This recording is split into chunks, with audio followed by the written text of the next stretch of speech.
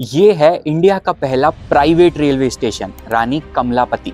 पर क्या आपको पता है कि ये रानी थी कौन? ये है रानी की कहानी का एपिसोड 4 और आज की कहानी है रानी कमलापति की। गिन्नौरगढ़ के राजा निजाम शाह की 7वीं बीवी थी रानी कमलापति, जिनके लिए कमलापति पैलेस बनवाया गया था। ऐसा कहा जाता है कि राजा के नेफ्यू आलम शाह उनकी संपत्ति और दंपत्ति दोनों से जलता था। रानी ने भी उसके प्रपोजल को ठुकरा दिया था, इसीलिए उसने राजा के खाने में जहर मिला के उन्हें मार दिया। लेकिन रानी भी चुप नहीं बैठी।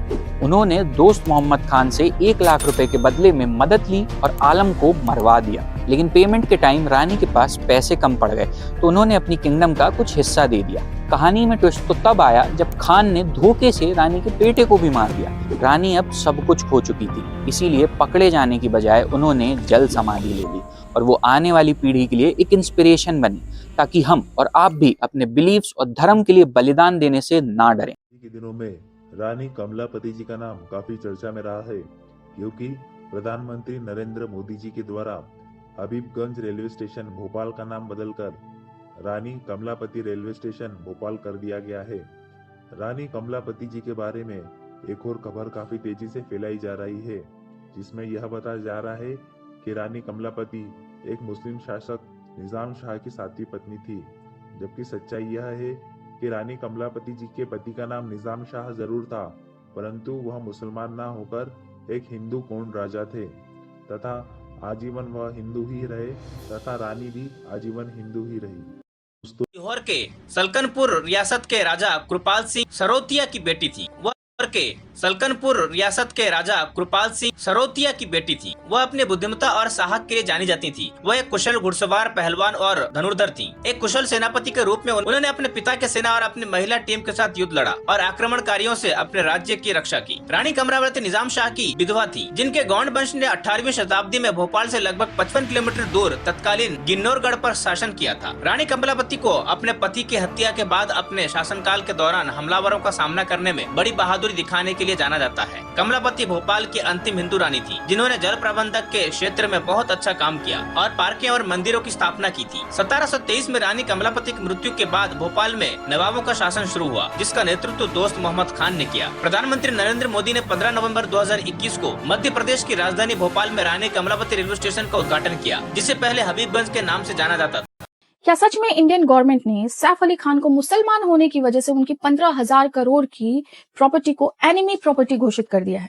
तो 1926 में हमीदुल्लाह खान भोपाल के नवाब बनाए गए, जो कि औरंगजेब के एक अफगानी सैनिक दोस्त मोहम्मद खान के वंशज थे। हमीदुल्लाह वैसे तो मॉडर्न लाइफ स्टाइल वाले ब्रिटिश एजुकेटेड नवाब थे, लेकिन दिल से कट्टर इस्लामिस्ट थे। वो ब्रिटिश क्राउन के लॉयल प्रिंसली अलाई थे, जिन्होंने भारत की आजादी का विरोध किया था, क्योंकि ब्रिटिशर्स के जाने के बाद प्रिंसली स्टेट्स का भारत में विलय होना था। बाद में वो पाकिस्तान के साथ मिलना चाहते थे, लेकिन भोपाल का ज्योग्राफिकल लोकेशन और 80% हिंदू पॉपुलेशन होने की वजह से ऐसा हो ना सका। इसका दुख उन्होंने जिन्ना को लिखे एक लेटर में बताया कि भले ही मैं पाकिस्तान में नहीं मिल पाया, लेकिन जब तक जीऊंगा इस्लाम और पाकिस्तान के लिए समर्पित रहूंगा। 1949 में जनता के भारी विरोध के बाद इन्हें भारत से मिलना पड़ा। हमीदुल्लाह की 3 बेटियां थी, आबिदा, साजिदा और राबिदा सुल्तान। इनकी सेकेंड डॉटर साजिदा सुल्तान की शादी इफ्तिखार अली खान पटौदी से हुई और यही दोनों सैफ अली खान के दादा दादी हैं। पटौदी का भी इतिहास ऐसा है कि सेकेंड एंग्लो मराठा वॉर के दौरान मराठा आर्मी का एक अफगान कमांडर फैज तलब खान चुपके से अंग्रेजों से मिल गया और मराठास की मिलिट्री इंटेल अंग्रेजों को दे देता है। मराठा हार गए, लेकिन फैज तलब खान नवाब ऑफ पटौदी बन गया। 1960 में जब नवाब हमीदुल्लाह की मृत्यु हुई, तब नियम अनुसार उनकी बड़ी बेटी आबिदा सुल्तान वारिस बनी, लेकिन आबिदा सुल्तान पाकिस्तान शिफ्ट हो गई, इसलिए साजिदा सुल्तान मतलब सैफ अली खान की दादी ने उस प्रॉपर्टी को टेक ओवर किया। फिर 1947 और 1965 में जब पाकिस्तान ने अपनी असली औकात दिखाते हुए भारत पे हमला किया, उसके बाद भारतीय सरकार ने ऐसी जितनी भी पाकिस्तानियों की प्रॉपर्टीज भारत में थी, उन्हें नेशनल सिक्योरिटी थ्रेट मानकर एनिमी प्रॉपर्टी घोषित कर दिया। इन प्रॉपर्टीज का इस्तेमाल भारत विरोधी कार्यों में होने की पूरी संभावना थी। जैसे नवाब ऑफ महमूदाबाद 1957 में पाकिस्तान शिफ्ट हो गए और उन्होंने अपनी सारी प्रॉपर्टी पाकिस्तान को डोनेट कर दी, जिसके बाद इन एनिमी प्रॉपर्टीज पर से रिश्तेदारों का अधिकार भी खत्म कर दिया गया। लेकिन पटौदीज के अच्छे पॉलिटिकल रिलेशन की वजह से उनके भोपाल की ये प्रॉपर्टी बच गई। लेकिन फिर आए मोदी जी। उन्होंने एनिमी प्रॉपर्टी एक्ट 1968 द्वारा ये सुनिश्चित किया कि कोई भी प्रॉपर्टी जिसका ओरिजिनल ओनर पाकिस्तान में शिफ्ट हो गया हो, उसका रिश्तेदार भी उस प्रॉपर्टी को क्लेम नहीं कर सकता। अब ये फैसला सही था या गलत, ये आप डिसाइड करिए। Well, in a big setback to Bollywood actor Saif Ali Khan and his family, the Madhya Pradesh High Court has set aside a 25-year-old order that upheld their right over properties worth 15,000 crore. The Madhya Pradesh High Court has now ordered a fresh trial.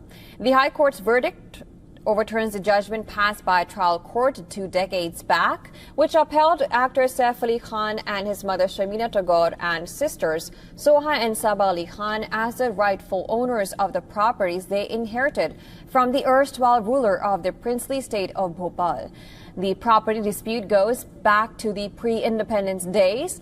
The last ruling Nawab of Bhopal, Nawab Hamidullah, had 3 daughters, Abida, Sajida and Rabia. Sajida married Iftikhar Ali Khan Patodi and inherited her parents' property after her elder sister Abida migrated to Pakistan. The inherited property later went to her son Mansoor Ali Khan Patodi, who married Bollywood actor Shamila Tagore and had 3 children, Saif Ali Khan, Soha Ali Khan and Saba Ali Khan. However, the other heirs of Nawab Hamidullah have challenged the inheritance by the Patodi siblings and argue that the Nawab's personal property should have been divided between them, the Patodi siblings and the 16 other heirs as per the Muslim personal law. As per the Madhya Pradesh High Court, the matter would be heard afresh by a trial court and the parties would be allowed to present fresh evidence.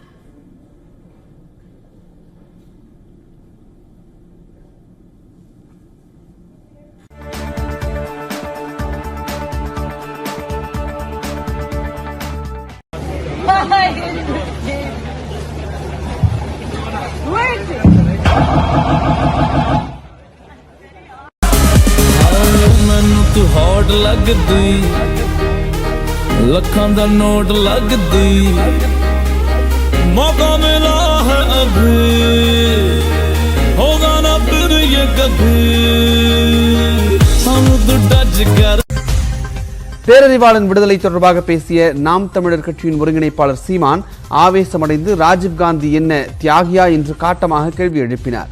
சென்னையில் செய்தியாளர்களிடம் பேசிய அவர் ராகுல் காந்தி யார், தங்களை மன்னிப்பதற்கு என்று வினவினார். ராஜீவ்காந்தி என்ன பெரிய தியாகியா?